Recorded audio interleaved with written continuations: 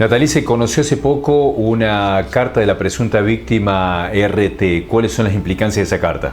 Bueno, se conoció hace poco una carta de la presunta víctima RT que nos sorprendió un montón, porque para nosotros fue nueva, porque no estaba blanqueada en la causa, pero aparentemente esta carta se la había dejado a su abogado, la presunta víctima, en el aeropuerto cuando ella estaba por despegar hacia Rusia. Y en esa carta ella decía que no era víctima de nadie, que no era víctima de ninguno de los rusos, que se sintió presionada y un montón de cuestiones que nos dejaron muy estupefactos, porque el abogado de RT se la pasó a la fiscalía para que se la manden al juez y nadie lo hizo. Y en el medio de la audiencia esta situación quedó plasmada y primero la fiscalía dijo que sí la habían mandado y después tuvieron que enmendarse porque se dieron cuenta de que no iba a haber ningún tipo de registro donde se pudiera acreditar que fehacientemente la habían mandado, y no la habían mandado. Ocultaron la prueba en donde la propia persona que estaba tomada por víctima por ellos decía que no era víctima y contaba todo lo que ella había sufrido en Argentina una vez que tuvo a su hijo.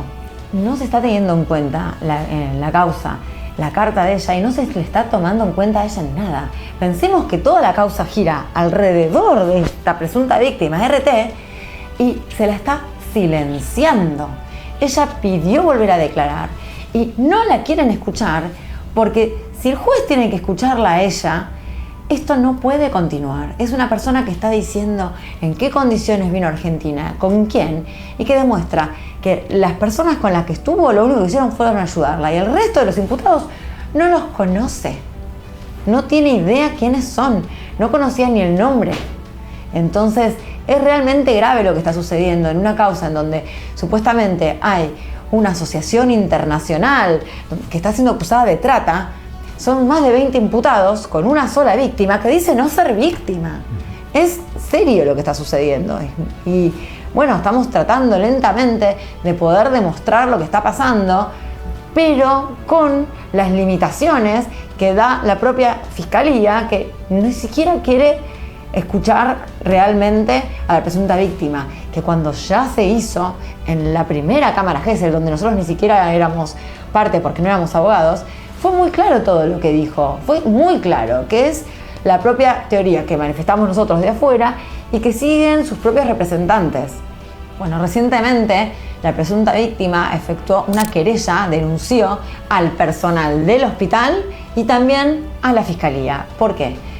De parte del personal del hospital denunció violencia obstétrica, cómo la quisieron obligar a dar información que no quería, cómo la quisieron obligar a inducir el parto cuando ella no quería que le induzcan, y le introdujeron de hecho la medicación para inducirle el parto en contra de su voluntad, que luego se la tuvieron que sacar, y denunció todas estas circunstancias que en definitiva fueron las que llevaron a la sospecha y a la denuncia ante la fiscalía, que la fiscalía compró. La fiscalía compró la versión del personal del hospital y se adentró como si hubiera algún tipo de prueba que no la hubo, y por eso también los denunció, porque frente al actuar del Ministerio Público en base a lo manifestado por el personal del hospital, ella terminó presa, que es lo que ella dice, sí, presa en refugios, presa en el hospital. Una persona que acaba de parir, a los 2 días se va a su casa.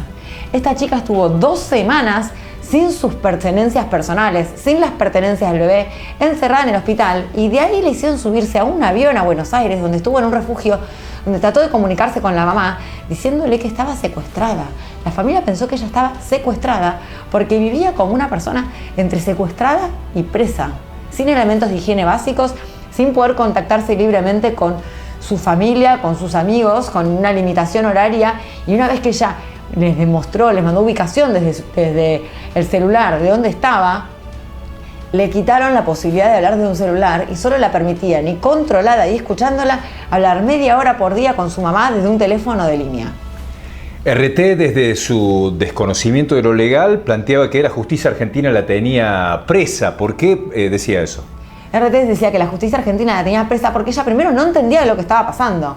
Ella fue a parir con gente de su confianza, fue a parir con una amiga de su mamá con la que había viajado a Argentina, y después del parto no los volvió a ver y no entendía qué pasaba. Ella no entendía qué pasaba. Le decían que era víctima y ella no entendía que era víctima de qué. Le sacaron a su traductora, por ende no tenía cómo comunicarse con el personal policial. Ella ni siquiera tenía a alguien que le explique qué es lo que estaba pasando, cuáles eran sus derechos, qué es lo que podía hacer.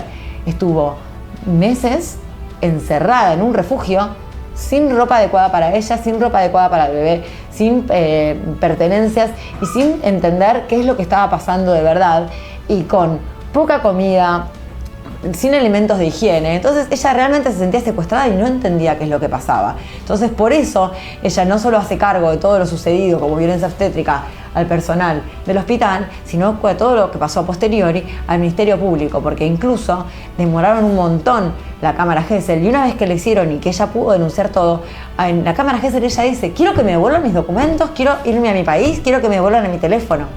Entendamos que los que le sacaron los documentos no son los imputados, fue el Ministerio Público. Los que le sacaron el teléfono son los imputados, fue el Ministerio Público. Los que no la dejaban moverse y le sacaron su libertad, y que ni siquiera pudo tener los controles médicos pediátricos que necesita un recién nacido, fue por culpa del Ministerio Público.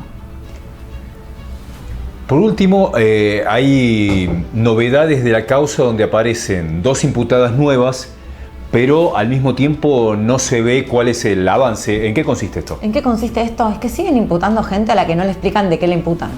Estamos en una causa, como te dije antes, donde hay una sola presunta víctima del delito de trata de personas, más de 20 imputados que no saben de qué se los imputa, porque a nadie se les puede endilgar un actuar en concreto.